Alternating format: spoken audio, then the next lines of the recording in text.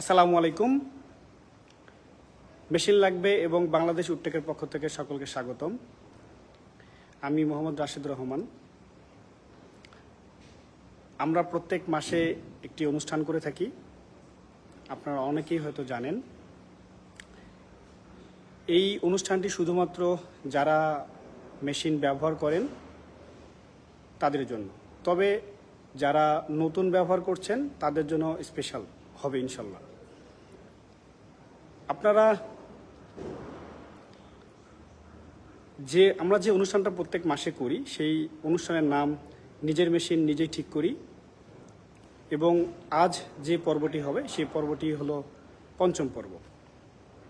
তো আজকের এই অনুষ্ঠানের বিষয়বস্তু হলো কাস্টমাররা যখন কোনো কাস্টমার একটা মেশিন অন করার পর গিয়ে দেখা যায় স্পিন্ডেলটা ঘুরছে না। অন করা বলতে প্রোগ্রামটা যখন রান করা হয় তখন দেখা যাচ্ছে আর স্পিন্ডেলটা ঘুরছে না। তো এই সমস্যাগুলো সব থেকে বেশি প্রবলেম ফেস করার কারণে অনেকেই ফোন দেন। তো আমাদের আজকে বিষয়বস্তুটি হলো ইনভার্টার এবং স্পিন্ডেলের যে কানেকশন এবং কিভাবে এটাকে স্বয়ংক্রিয় করা যায় পুনরায়, সেই জিনিসটা নিয়ে আজকে আলোচনা করব। তো আমরা এখন শুরু করি। আমি একটু ইন ডিটেলসলি কথা বলবো, তবে মনোযোগ দিয়ে যদি আপনারা দেখেন শুরু থেকে শেষ পর্যন্ত ইনশাল্লাহ আপনারা বুঝতে পারবেন। তো আমি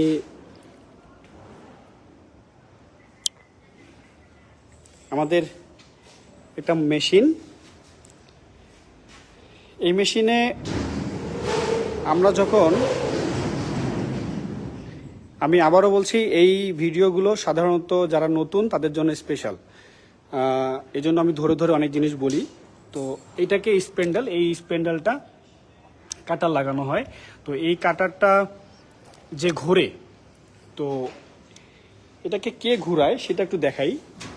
এটাকে ঘুরায় মূলত এই ইনভার্টার।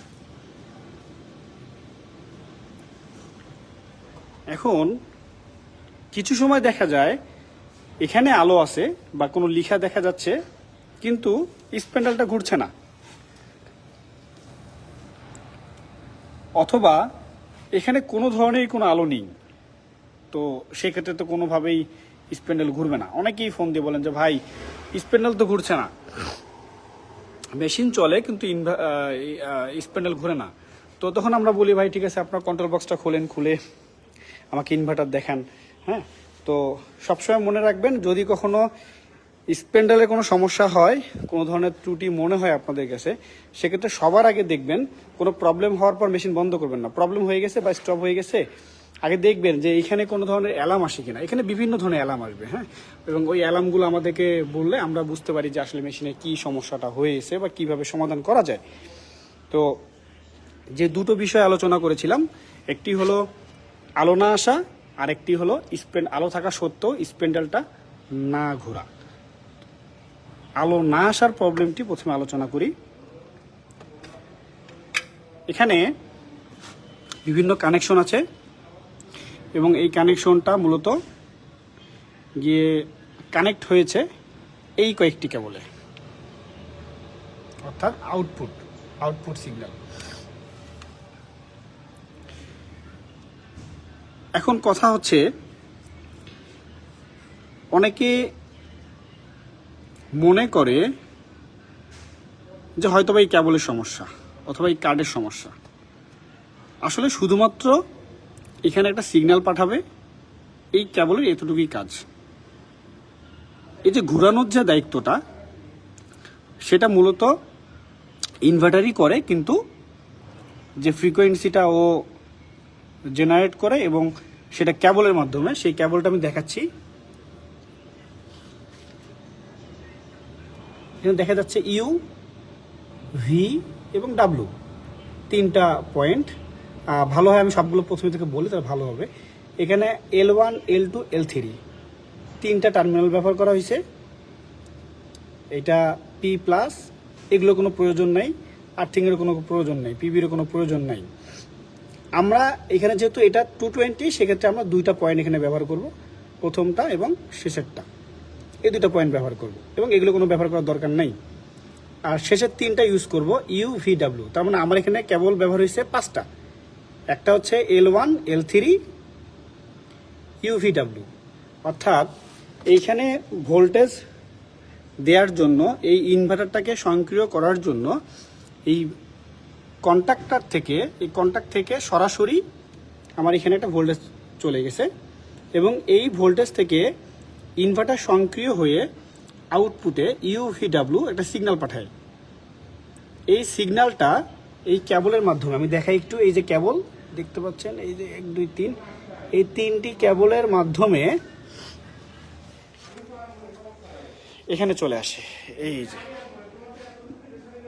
এই কেবলের মাধ্যমে স্প্যান্ডেলে গিয়ে কানেক্ট হয়, এবং স্প্যান্ডেলে যখন এই সিগন্যালটা দেয় বা ভোল্টেজ ফ্রিকোয়েন্সি যখন জেনারেট হয়, ইনভার্টার যখন করে, তখন এখানে গিয়ে এটা ঘোরা শুরু করে। তো এখন আপনারাই এখন সহজে বুঝবেন যে আসলে কি জন্য কি করতে হয়। জাস্ট একটু ধরাই দিলে আপনারা নিজেরাই ধরতে পারবেন যে আসলে কিভাবে প্রবলেমগুলো সমাধান করা যাবে। দেখেন, যদি এখানে ভোল্টেজ না আসে, যদি এক্সাম্পল স্বরূপ আমি এটা অফ করে দিলাম, দেখেন অফ করে দেওয়ার পর কিছুক্ষণ পর এটা চলে গেছে, কিছু সময় নেয়, ওটা অন্য বিষয়, পরে বলবো এখন, বা পরে আলোচনা করতে পারি আমরা। তো যখন আমি এটা অফ করে দিব, তখন আমার এটা নিভে যাবে। তো এখন ধরলাম যে আমার এখানে ভোল্টেজ আছে কিনা আমি নিশ্চিত না। এমনও হতে পারে ভোল্টেজ আছে, ইনভার্টারের সমস্যার কারণে এখানে আলো জ্বলতেছে না। আবার এমনও হতে পারে যে আমার এই কন্ট্যাক্ট থেকে যে ভোল্টেজটা প্রদান করছে চলে গেছে ইনভার্টারে, এই ইনভার্টারে কেবলটুকুর মধ্যে সমস্যা হতে পারে, অথবা কন্ট্যাক্টেও সমস্যা হতে পারে। তো আমাকে আগে নিশ্চিত হতে হবে যে এখানে যে L1 এবং L2 এই দুইটার মধ্যে ভোল্টেজ আছে কিনা আমি সবার আগে চেক করব। আমি একটু চেক করে দেখাই, ভালো কিনা একটু চেক করে দেখি। হ্যাঁ, এটা ভালো দেখা যাচ্ছে। আচ্ছা, এখন দেখেন এখানে কোনো ভোল্টেজ নেই। ভোল্টেজ না থাকার কারণে কি হবে, যে কোনোভাবে এখানে আপনার হচ্ছে ফ্রিকোয়েন্সি জেনারেট হবে না। তো এখন আমি এখানে দেখাচ্ছি আপনাকে, আমি যখন এটা অন করব, আমি অন করলাম,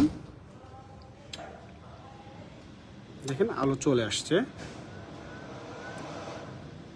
আসছে। এখন কথা হচ্ছে, আমি এখন চেক করে দেখব, ধরলাম যে এখানে কোনো আলো নাই, তার মানে আমাকে এখন চেক করতে হবে যে এখানে ভোল্টেজ আছে কিনা। আমার এই 1 এবং এই 2, এই দুইটা থেকে আমার ভোল্টেজ এখানে আসছে। আমি এখন দেখবো এখানে ভোল্টেজ আছে কিনা। ওকে, আমার এখানে ভোল্টেজ আছে, হ্যাঁ দেখতে পাচ্ছি এই যে ভোল্টেজ একটাতে আছে। এখন যেহেতু একটাতে থাকবে, একটাতে থাকবে না, সবসময় ফেসটাতে ভোল্টেজ থাকবে, নিউট্রালে কোনো ভোল্টেজ থাকবে না বা শো করবে না। তো আমরা মিটার দিয়ে চেক করলে 220 ভোল্ট দেখাবে, বাট এটা দিয়ে চেক করলে কোনো 220 ভোল্ট দেখাবে না। বা কোনোভাবে আমরা চেক করার জন্য বা সহজে বোঝার জন্য সহজলভ্য এটা হচ্ছে টেস্টার দিয়ে চেক করা। আমি চেক করে দেখবো ভোল্টেজ আছে কিনা। ওকে ফাইন, তখন আমি চেক করে দেবো এখানে ভোল্টেজ আছে। ওকে, এই কেবল দিয়ে ঠিক এখানে আসবে। তো দেখেন আমার এখানেও ভোল্টেজ আছে, তার মানে আমি নিশ্চিত হলাম যে আমার এই ভোল্টেজটা এই কেবলের মাধ্যমে এখানে আসছে। ওকে, আচ্ছা, এখন এই ভোল্টেজটা যেহেতু নিশ্চিত এখানে আসছে, কিন্তু এখানে যেহেতু লাইট জ্বলছে না, তার মানে আমাকে বুঝতে হবে এখানে কোনো ত্রুটি আছে। সেই ক্ষেত্রে আমাদের সঙ্গে যোগাযোগ করতে পারেন, বা ইঞ্জিনিয়ারদের সাথে যোগাযোগ করলে ইঞ্জিনিয়ার আপনাদের ফাইন্ড আউট করার জন্য আসলে প্রবলেমটা কোথায়। ওকে, সেকেন্ড হচ্ছে এখানে আলো আছে কিন্তু স্প্যান্ডেল ঘুরছে না। কি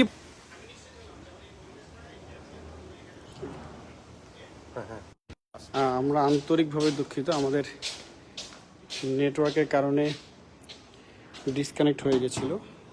তো লাস্ট আমরা ছিলাম, শাহিন ভাই টেস্টটা রেখে আসছি, শাহিন ভাই টেস্টটা রেখে আসছি। আচ্ছা, লাস্ট আমরা ছিলাম যে এখানে যখন আলো থাকবে কিন্তু স্পেন্ডেল যখন ঘুরবে না, এটার ইস্যুটা হচ্ছে ফার্স্ট আমরা যেটা করব ইউভিডাব্লিউ, এখানে 3টা পয়েন্টে আমরা খুলে ফেলবো। এই ইউভিডাব্লিউ এই 3টা পয়েন্ট খুলে ফেলবো। খুলে ফেলে দেখব আমরা যখন এটাকে রান করব এখানে কোনো ডিজিট পরিবর্তন হয় কিনা।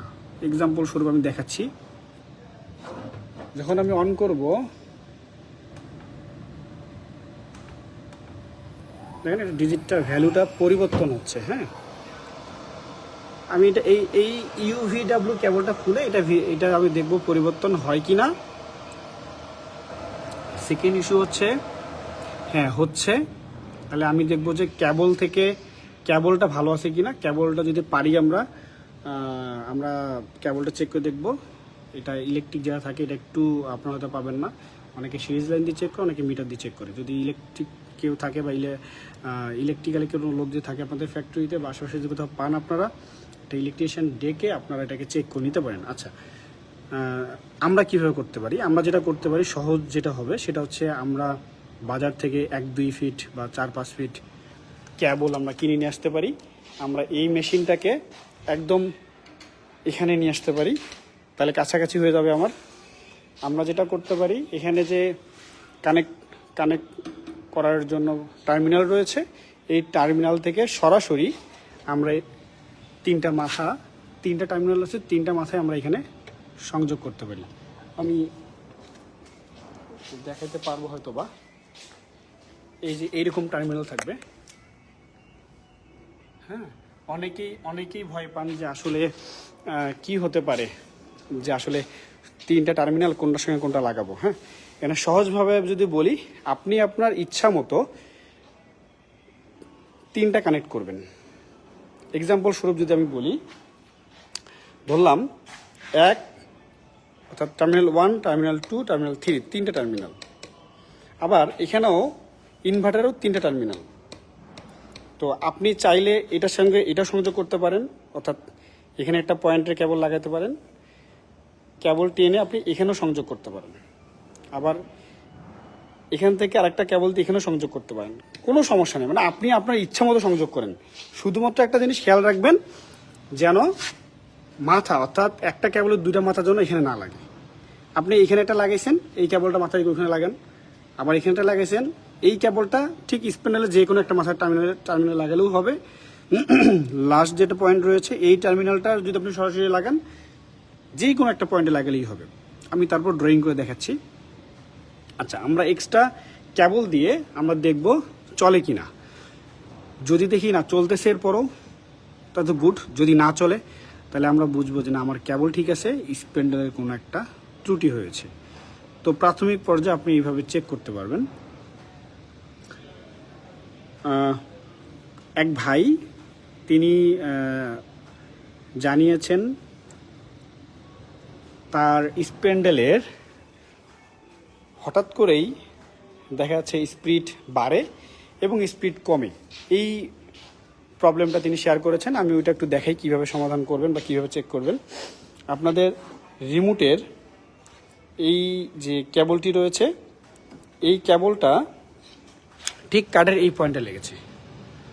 তো ম্যাক্সিমাম ক্ষেত্রে যেটা হয়, যদি রিচ অটো কন্ট্রোলার হয়ে থাকে সেই ক্ষেত্রে এই যে কেবলটা আছে, এই কেবলটা ভালো করে একটু চেক করে দেখবেন। ম্যাক্সিমাম ক্ষেত্রে এটা ভালো সংযোগ না হলে হতে পারে 1, 2 হচ্ছে কেবলে যদি গোড়ার মধ্যে কোনো প্রবলেম থাকে সেক্ষেত্রেও হতে পারে। নাম্বার 3 হচ্ছে এই গোড়ার মধ্যেও যদি কোনো সমস্যা থাকে সেক্ষেত্রেও হতে পারে এই প্রবলেমটি। তো আমি এর আগেও দেখিয়েছিলাম যে অনেকে এখানে খুব শক্ত হয়ে যায়, হার্ড হয়ে যায়, অনেক সময় একটু কেটে যায়, এটা ভিতরে শর্ট লেগে যায়। এই ক্ষেত্রেও এই প্রবলেমগুলোর কারণেও এই সমস্যাটা হয়ে থাকে। আর আরেকটি ভাই বলেছিলেন যে তার হঠাৎ করেই স্প্যান্ডেল বন্ধ হয়ে যায়। হঠাৎ করেই স্প্যান্ডেল বন্ধ হয়ে যাওয়ার কারণ হতে পারে যেহেতু আপনি বলতেছেন যে আপনার মেশিনটা কন্টিনিউ কাজ করে কিন্তু স্প্যান্ডেল বন্ধ হয়ে যায়, অর্থাৎ এই কার্ড থেকে যখন এখানে সিগন্যাল প্রদান করে, আমি প্রথমেই বলেছিলাম যে এটা কাজ হচ্ছে শুধু সিগন্যাল প্রদান করা। তো এইগুলো হচ্ছে মূলত এই কেবলগুলো দিয়ে রেগুলেটর, অর্থাৎ আমরা যে ফ্যানের স্পিড বাড়াই এবং কমাই ঠিক ওই টাইপেরই কাজ করে এখানে। হ্যাঁ, তো যখন আমি এটাকে স্পিড বাড়াবো এবং কমাবো, তো দেখা যাচ্ছে এই কেবলগুলো কাজ করে আমার, কিন্তু মূল কাজ করে হচ্ছিল এই প্রথম কেবলটা এবং শুরু কেবলটা।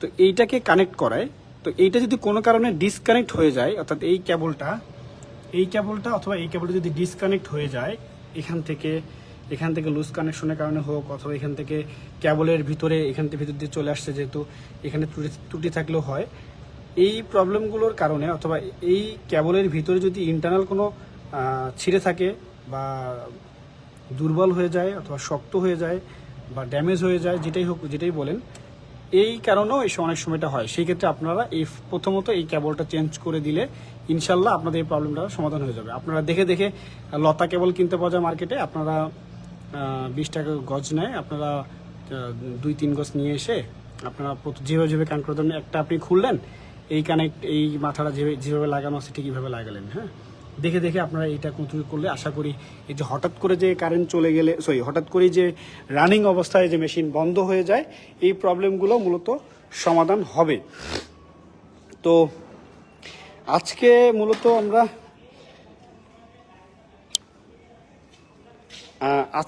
আমরা ইনভার্টার এবং স্প্যান্ডেল নিয়ে মূলত আলোচনা করব এবং এটা নিয়েই মূলত দেখানোর জন্য এই অনুষ্ঠানটা করেছি। তো আমরা চেষ্টা করেছি যে এই দুটার মধ্যে যে কানেকশন হয় এবং কি কারণে এই প্রবলেমগুলো হয়।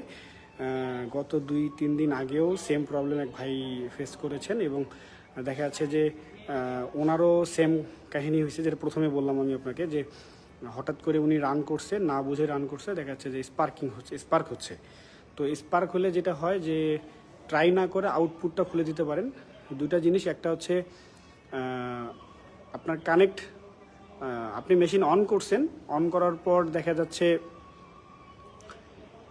হঠাৎ করেই স্পার্ক করলো, তার মানে এটা মূলত বুঝতে হবে ইনভার্টারের সমস্যা। আর যদি দেখা যাচ্ছে অন করার পরও কোনো সমস্যা নাই, কিন্তু যখন আপনি স্প্যান্ডেলটা অন করবেন তখন স্পার্ক করতেছে, তার মানে বুঝতে হবে যে হয়তোবা আপনার ইনভার্টারের আউটপুটে যে কিছু ইন্টারনাল কিছু সার্কিটের কিছু ইস্যু আছে, সেখানে প্রবলেম হতে পারে, অথবা আপনার স্প্যান্ডেলের কোনো ইস্যু থাকতে পারে। তো সেই ক্ষেত্রে আপনারা শর্ট থাকলে অনেক সময় শর্ট সার্কিট হয়, কেবল শর্ট থাকলে অনেক সময় শর্ট সার্কিট হয়। তো এই জিনিসগুলো স্টেপ বাই স্টেপ এভাবে চেক করতে পারলে খুবই সহজ হয়। অনেক ক্ষেত্রে দেখা যায় কন্ট্যাক্টরের সমস্যা থাকলেও এটা অন হয় না, অর্থাৎ কন্ট্যাক্টর কোনো কারণে ভালো মতো ম্যাগনেট করতে পারে নাই, যার কারণে এই সমস্যা হয়।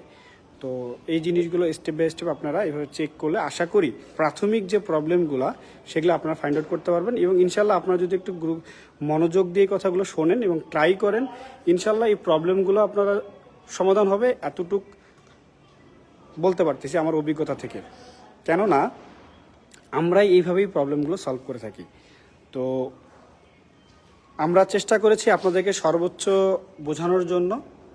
যদি কথার কোনো ভুল ত্রুটি হয়ে থাকে আমি ক্ষমার প্রার্থী।